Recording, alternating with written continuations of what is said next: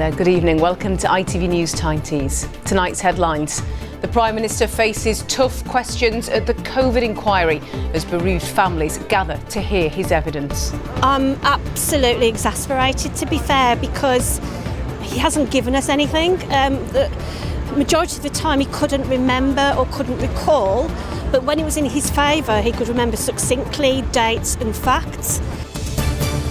Keeping out the cold, new figures show parts of our region are hotspots for poor insulation. Also tonight we'll find out how festive cheer's bringing a financial boost this Christmas. And centre stage for Sunderland after it's confirmed the city will host the opening game of the Women's Rugby World Cup in 2025.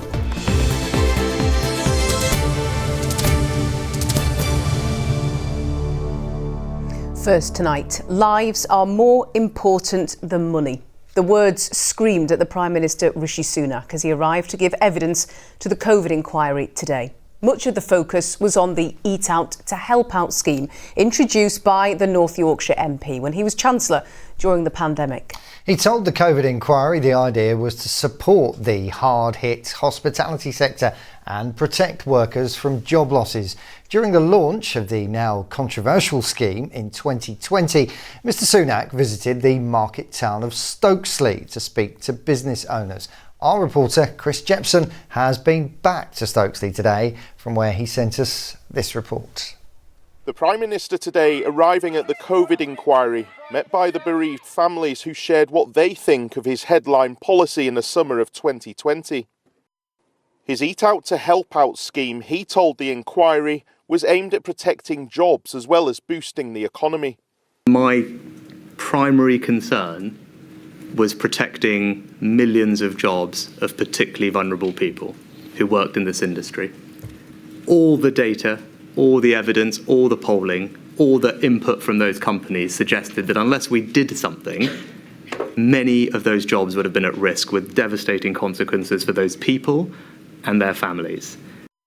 The former chief scientific advisor has already told the inquiry, I think it would have been very obvious to anyone that this inevitably would cause an increase in transmission risk, and I think that would have been known by ministers.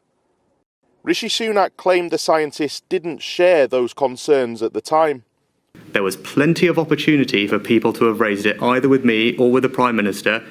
I don't recall, and the minutes do not suggest, that it was raised at all in the 3 precise meetings that you mentioned. People working in this restaurant in his constituency at the time benefited from the policy. It was a very difficult time, but Eat Out to Help Out with the social distancing rules that were put in place made customers feel safe. And the plus side for us in the industry and the industry at whole was the immediate cash flow positive effect it had. When you hear scientists say in the inquiry that at the time infections rose as a consequence of the Eat Out to Help Out, what do you say to that with hindsight? I think that personally the responsible people in the industry adhered to the guidelines, made customers feel safe. His customers have mixed views over the policy that led to an increase in mixing. For businesses, yes, because I definitely think businesses obviously needed income. They'd been out of work for a long time. It maybe brought new customers in. So from a business perspective, yeah. With hindsight, it's interesting. I think at the time thought it was fantastic. It got people back out, and I think people felt they needed that at the time. But perhaps the reality, looking back with hindsight, is that in fact it did open up people to more exposure than perhaps had been intended. For businesses like this one, without the Eat Out to Help Out policy, they may not have survived COVID. But for the families who lost loved ones, lives should have been put ahead of jobs. Chris Jepson, ITV News, Stokesley.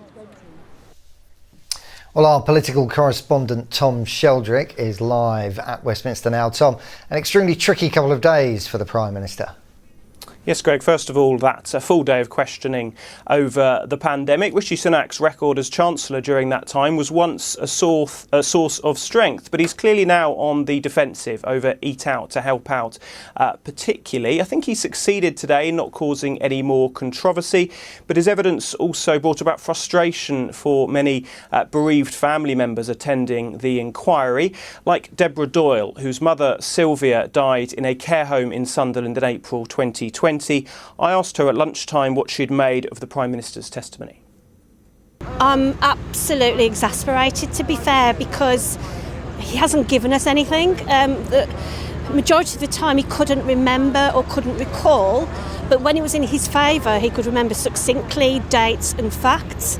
And again, the missing mobile phone, it just doesn't wash with me. Where's that evidence? We need that evidence. That was a reference at the end there to how Rishi Sunak said that he doesn't have access to his WhatsApp messages from 2020 after changing phones several times. Now, the bereaved families group said today that he'd failed during the pandemic and should resign as Prime Minister. I think that's unlikely to get much traction, but there is a real threat to his future in Downing Street for a different reason. Tonight, Conservative MPs are in open rebellion over the government's planned new legislation to try to send some asylum seekers to Rwanda. There is a high-stakes vote coming tomorrow night on that flagship immigration policy, so certainly no time for Rishi Sunak to relax. Tom with the latest from Westminster there, thank you. Police are investigating after an unexplained death of a baby in Bishop Auckland. Officers were called to an address on Dixon Street at around 10 a.m. yesterday, along with paramedics, but the baby died at the scene, and they are now looking into the circumstances surrounding the death. West Bromwich Albion Football Club says it's assisting police after being told about a hateful social media post about Sunderland fan Bradley Lowry. The 6-year-old was hugely involved in the club before he died from a rare form of cancer in 2017. West Brom say they've suspended the fan who made the post and have apologised to Bradley's family. A financial advisor from South Shields who stole nearly £2 million by offering fake investment plans has been jailed. Stephen Ray defrauded 16 different clients, 2 of which got in contact with Durham Police after investing 6-figure sums but seeing no return, and after Ray stopped replying to their calls. When police raided his house, they found a range of luxury cars, including an Aston Martin Vanquish. He was sentenced to 7 years in prison. Next, new research has revealed the parts of the UK where homes are in greatest need of improved insulation. It comes as many households face another difficult winter with soaring energy bills. In a moment, we'll be talking to the people behind the research. But first, Kevin Ashford reports on why home insulation can be vital to keeping the bills down and how poor insulation can hit hardest for those on low incomes. Underneath the cardboard is a layer of thermal insulation roll. Nigel Cleal has been busy at his home that he shares with his teenage son. When ITV News filmed with him last year, Nigel had begun insulating his flat with cardboard because he says the landlord hadn't carried out the work and his energy bills were rocketing. It's hard, it has been hard because I've only got one wage coming in, and when I've got a 13-year-old lad, they're not cheap to run. And I have to every month look at me money, see what's going out, and if I can reduce me energy prices. I can't have a flat which is cold because me lad. At the time, the fire service warned of possible safety concerns over the use of cardboard, but Nigel says he's since been given the all clear following an inspection of his work. According to the consumer campaign body Which, the UK housing stock is amongst the oldest and leakiest in Europe. And the organisation has just revealed where action is needed most, what it calls its insulation priority places. One area that's been given one of the higher need ratings of 9 out of 10 is Sunderland, which says properties there tend to have very poor levels of roof insulation. There are a lot of older flats, and there are very high levels of fuel poverty. Staff at this insulation firm in Chesterley Street in County Durham say having insulation work done can make a big difference. We've been in a loft where there's been none at all, absolutely none at all. All lattice and plaster, door and whittle ceilings, and the heating bills have been through the roof. So When we've come in, we've topped it up to the 300 mil. I've said, listen, in 3 months, give us a ring and see if you see it. And it's took a third. In some cases, not all cases, took a third of the gas bill. In a statement, the government said it had recently launched its Great British Insulation Scheme, helping families in lower council tax bands with less energy efficient homes to keep their homes warm and save money on their bills. And those bills are set to rise next month for millions of households, after the industry regulator Ofgem announced an increase in the energy price cap, making the issue of savings through insulation even more critical. Kevin Ashford, ITV News. Well, wasting heat, clearly a massive worry right now with energy prices so expensive. And earlier I caught up with Grace Forrell from Which, the organisation that carried out that research, and began by asking her just how hard poor insulation is hitting homes and pockets in our part of the world. Grace, thanks for joining us. We heard there how much this issue affects parts of our region like Sunderland, but just how much of an impact would you say this is having on people's homes and their pockets? Well, I mean, if you have a poorly insulated home, it means that you're losing heat and you're going to be paying a lot more to heat it. And the price of energy has doubled over the last 2 years. So it really pushes up those costs. And then aside from the financial impact it has, if you are elderly, if you have respiratory or cardiovascular problems, these can be aggravated by living in a home that is drafty. So it causes all sorts of problems not having a properly insulated home. So how easy is it then, and how expensive is it to do something about this and get your home properly insulated? It really varies. I mean, there are cheap things that you can do yourself, like draft proofing your windows, around your doors, your keyholes. Then, you know, you've got sort of roof, floor, loft. I mean, these can stretch into many, many hundreds of pounds. They will save you money in the long run, but the initial investment, it can be quite high. Yeah, on that, there will be people understandably saying to themselves, I can barely pay my bills as it is. How am I supposed to find any spare cash to do something like a big loft insulation project? In other words, it's a vicious circle. Is there any way of breaking it if you are on a low income? Well, there are various schemes. So there's the Great British Insulation Scheme. There's also the Eco Scheme, which is the energy company obligation. So if you're in receipt of certain benefits, if you live in a house with a low energy efficiency rating, in a low council tax band, you might be eligible for these schemes. So it's worth looking into that, definitely. And we're not just talking about something that impacts people's finances or their comfort. There's environmental benefits to this too. Yes, I mean, the need to address climate change, it increases with each year that passes. And so we simply cannot afford to have poorly insulated homes, that the levels of insulation are falling well below what they should be at the moment. Briefly, before we leave you, the number one bit of advice you'd give to people, the one thing that pretty much anybody you could do, would you say? So I would say if you have a combi boiler, turning it down to 60 degrees, and if you can afford to, turning your thermostat down even just by 1 degree can shave about 10% off your heating bills.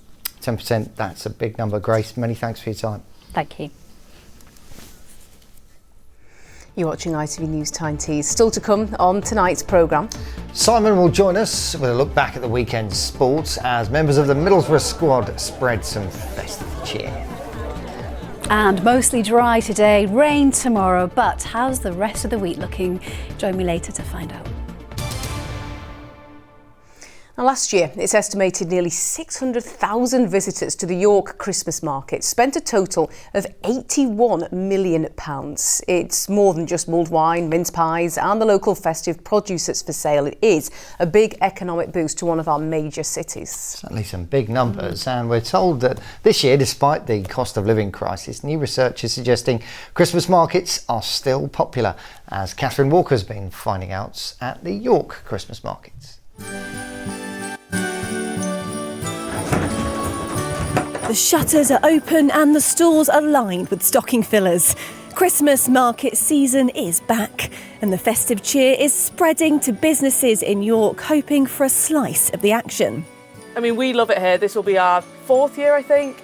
York is just so festive this time of year anyway, and it's so nice for us to meet so many people that come to York, because you find that it's not just locals that come to the market, there's so many people that visit here for this market in particular. So just a bit of brand awareness for us, like showing people our good local product is great. The first German-style Christmas market came to the UK in 1982 and was an instant hit. Fast forward 40 years and festive markets like this have become a permanent fixture in our Christmas calendars, with more than 100 across the country. Hi, how are you? For event managers like Sarah, it's a chance to showcase independent traders, bringing much needed money into the local economy. I really like the Christmas market because it's full of local produce and lots of different products that people can't get on the normal high street. So they come and buy something unique for Christmas for their relatives and friends. So it's absolutely critical that we put on things like the Christmas market to keep the high street alive. You can see all these people coming in, spending money. And despite the cost of living crisis, retail expert Catherine agrees that Christmas markets are still proving popular. People want to do things at Christmas. They want to celebrate. They want to have some fun, get that Christmassy feeling. And we know this year over 40% of families in the UK have planned to visit something like this or a Christmas event near where they live. And I think even though it's tough and finances for families is hard, we won't have Christmas ruined, and lots of people have saved up the money across the year, little bits of money to spend right now. And with plenty of fun on offer, shoppers here in York have been making the most of the festivities. I've really enjoyed all the Christmas lights and all the food stalls. We've bought some Cheerios and some fudge. Just the spirit and the lights and all the taste and the things. Yes. I just love how there's so many variety with these little shops. There's a bit of everything, so... Ooh, honestly, I think the Christmas market at night's so nice, all the lights and stuff everywhere, it's lovely. It's so nice. Hot chocolate. Yeah. Hot chocolate. Whether it's mulled wine or mince pies, the German market is full of Christmas classics. And for many families across the country, it seems it's still the perfect place to celebrate the most wonderful time of the year. Catherine Walker, ITV News. Now the ITV Evening News continues after us tonight at 6:30 with Mary. Coming up on the programme, the Prime Minister tells bereaved families he is deeply sorry as he gives evidence at the COVID inquiry. He defended Boris Johnson and denied government dysfunction. But why were his WhatsApp messages missing from evidence? We'll have all the details. Well, Gary Lineker thinks about the government's Rwanda policy and why the Defence Secretary thinks he should keep that to himself. And the unlikely accent dubbed the sexiest by an A-lister. Do join me for those stories and more at 6:30. Simon's here with the sport now on a weekend when it was bad times for Newcastle United and the Borough, but Sunderland's caretaker got off to, frankly, a flyer.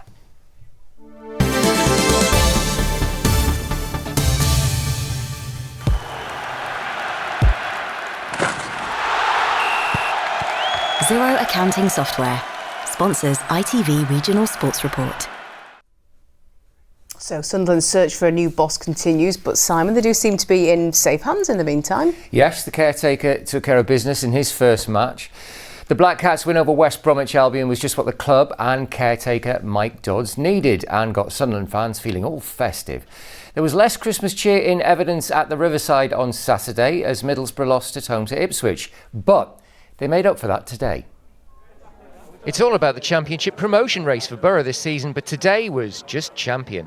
This is the club's Champion Children's Christmas Party. The VIPs on this guest list are kids who've made a special effort in difficult circumstances, whether it's in the family or in the community. They were the stars of this Riverside fixture. It's so nice, obviously, to see the kids here and how happy they are, and when you're here and how happy they are to see you, I think. Yeah, it puts a smile on your face, and obviously putting a smile on their face is the most important thing. You don't understand what some of these people go through, and as I say, the support they give us is unmatched, so you've got to give a bit back for sure. Unfortunately, Saturday's Riverside fixture didn't go to plan. Ipswich are the unexpected promotion party team, and they added another 3 points to their promotion push. It just wasn't Borough's day. Ask Emmanuel Latte Lath, who didn't have his shooting boots 2 days ago, but did have the smile back on his face today. Ipswich won 2-0, and Borough have dropped to 12th in the championship table. We just played against a good team, and it shows that the kind of competition and the levels within the league that we've got to be at our best. What do you want for Christmas? I haven't even got a list. Football-wise, we've got some important games coming. Wins, obviously, from a professional point of view, and spending some time with the family is always important as well. Mike Dodds, previous spell as Sunderland caretaker back in the League One days, didn't go well, but he was full of confidence this time, and that was well founded. The Black Cats were excellent against West Brom. They would have been ahead by half-time, but for a dreadful offside decision against Jobe Bellingham. But they won thanks to two fine second-half goals. Dan Bellard's excellent header and Dan Neal's cool finish. Would you like some salt on those chips, sir? There was a goal back for West Brom, but that wasn't going to spoil the caretaker's day. But what I am really proud of is when you do make those tactical tweaks in the game, in particular second half, the players adapted. And I think sometimes when you make those tweaks, and I keep saying to the players, you've got to be all in on it. You've got to be completely all in, no black or white. And if we fail through sticking to a plan. So in terms of, to answer your question, in terms of being proud, what I'm really proud of is we had to make some changes and tweaks to the original plan. And I think the second half performance was a Sunderland team, in my opinion. This suggested Tony Mowbray's departure was to do with relationships, not football, because this wasn't a broken team. They finished the day back in the playoff places, and Mike Dodds is set to be in charge again at home to Leeds tomorrow night. Played at Gateshead International Stadium. Sunderland and Durham also got through. Sunderland beat Durham Sestria 7-0. Chesley Street were also knocked out. The draw for the fourth round is tomorrow morning. Thank you, Simon. Now, next tonight, it promises to be the biggest event in women's rugby that the world has ever seen, and it's all going to start right here in our region. Yeah, what about this then? Sunderland's Stadium of Lights will host the opening match of the 2025 Women's Rugby World Cup, with the Red Roses themselves kicking off the tournament. Former England captain and North East rugby royalty Sarah Hunter was there to help announce the news, and she says it will help to inspire the next generation, as Tom Johnston reports. A festival of rugby is coming, and Wearside is ready. Sunderland's Stadium of Lights will raise the curtain on the 2025 Women's Rugby World Cup. And who better to share that good news than Rugby Union's very own Angel of the North, Sarah Hunter. It just means everything to have a home World Cup, and to having the Rugby World Cup come to the North East, come to Sunderland, and the magnitude of the Stadium of Light, but then for it to be the Red Roses playing on the opening game of Rugby World Cup 2025, it's just so special. Like, I get hairs on the back of my neck stand up when we talk about it, you know. Bringing an amazing sport like ours to the region is, so special. As a player, Sarah led by example with the Red Roses. She retired earlier this year as the most capped England player of all time. Now she gets to watch her legacy unfold from the touchline. Like, in some respects, you'd love to play in here, but it's been great to see how the game has moved forward. And whilst I might be too old to run out with my boots and take part, I've got a role within the Red Roses in the coaching capacity now, so I'll have some way and play a small part to maybe helping some of the players be the best they can be, that they can shine on this stage. The tournament will be the next step in growing the women's game in England, and it's building on good progress. The number of registered players has almost doubled since 2017, with more than 40,000 women and girls now taking part. The RFU hopes to more than double that figure by the end of 2027. With more teams and more venues, organisers promise this will be the biggest celebration of the sport the world has ever seen. It's about visibility. If you can see it, you can be it. You know, if you're a woman and girl looking to get into sport, you see what's happening on the pitch. You know, you see those role models, and you think that that's also for me. That there's some opportunity there for me to be involved as well, and that's what this is all about: inspiring those women and girls to pick up a ball, to play, to be involved. So come August 2025, it'll be How Are the Lasses at the Stadium of Light. With the tournament being played in England, you could argue rugby's already coming home, but the Red Roses will be doing their level best to keep it here. Tom Johnston, ITV News. That's so exciting, isn't it? All starting right here in our region, just really great. Really lovely. Amanda's here with the weather. Now, Amanda, I'm not a great one for fashion, but I think the umbrella is the must-have fashion accessory. It's essential. That has been the 2023, statement over the last few days, hasn't it? It certainly has been soggy out there. I mean, just to put it into context, Durham overall for the whole of December usually receives around 93 millimetres of rain on average. It's already had its 69 millimetres, so 75% of what it should have had. A few days in. Already, exactly. But that hasn't stopped our lovely viewers getting out and about across the region.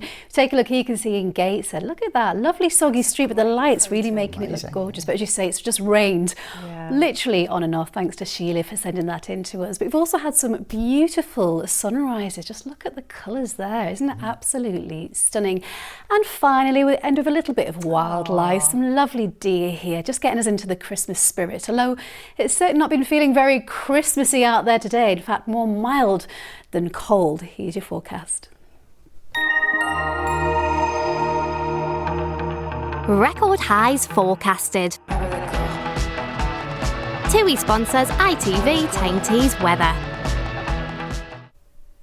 Hello again. So after a pretty grotty weekend for many of us with outbreaks of rain at times, things certainly perked up for many of us throughout today. Lovely blue skies here. Big thanks to Tony for sending that picture in to us. Now looking ahead towards the next few days, well, we're still expecting some more rain as we go through tonight and into tomorrow. But the good news is turning much drier as the week continues, and it will be remaining on the mild side too. So at the moment then dry out there, but we have got this area of low pressure. It's pushing another system towards us as we go through tonight and into tomorrow. And that rain falling on already saturated ground may lead to further issues of localised flooding too. Then you can see there will be a little bit more rain as we go into Wednesday and Thursday. But other than that, for many of us, a good deal of dry weather out there. And hopefully we'll get to see more in the way of sunshine too. Now in the meantime, out there at the moment, well, it's fairly quiet, it's dry, it's cold, we've got clear skies, but then overnight that cloud will start to increase, and eventually you can see here this rain will be moving its way across us, some of that heavy and persistent in places too, and that means for tomorrow morning, not the best start to the day on Tuesday. So a lot of cloud around at first, outbreaks of rain. As I say, that rain may lead to a few more impacts across the region with some localised flooding. It does eventually move out of the way, but you can see behind it we're left with a lot of murkiness, some low cloud, 1 or 2 showers, and those winds will be picking up for a time too. Temperature wise though, well, they're above average for the time of year that is. We're looking at highs there of 7 or 8 degrees. And looking further ahead, well, as I said before, there will be a little bit of rain to start with on Thursday, but then for many of us dry as we edge towards the weekend and staying on the mild side. Bye bye. TUI sponsors ITV Tyne's weather.